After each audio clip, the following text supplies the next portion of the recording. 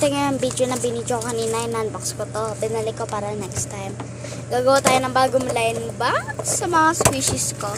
So, magpupull tayo dito again. So, yung ginawa ko yun, hindi ako nakapicture. Lobat kasi ako nun eh. Sorry ah. Excited na kasi ako eh. OA kasi ako guys. Buti alam ko na.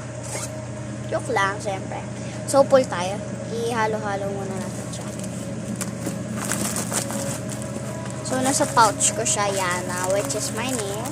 Ay, go, give me na po. Sorry, yeah. Sorry. Wait lang, may nahulog eh. Okay, dito.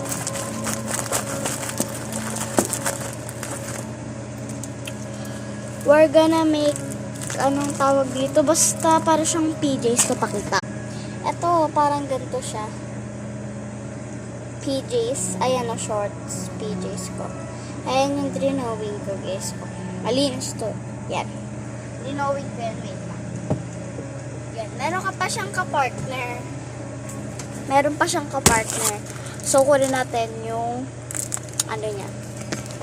Pili na tayo. So, kung saan natin siya ilalagay dito. Tingnan muna natin kung magkakasya siya. Ano na yan, di magkasya.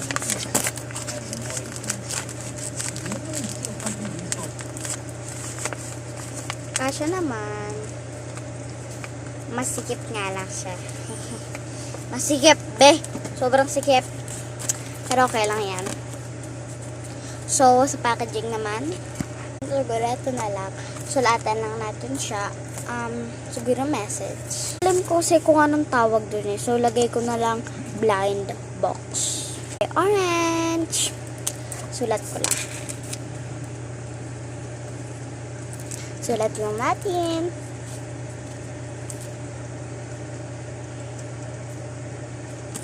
Anyways, so blind box.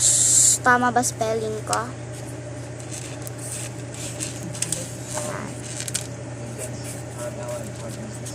Mystery lang.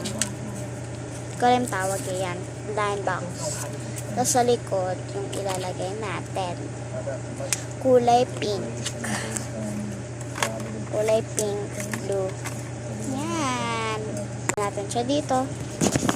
Mystery, diba may mga colors? Di ko kasi alam kung anong tawag. Diba may mga colors? Kuha tayo ng papel, tsaka drawing natin ang isa dito. Maliit na papel. Sulatan na natin kung anong nakuha ko. Wait lang. Kulay pink pa kuha ko. Lagay na natin lahat dito. Ay! Natin sa loob lahat. Lagay ko na lahat.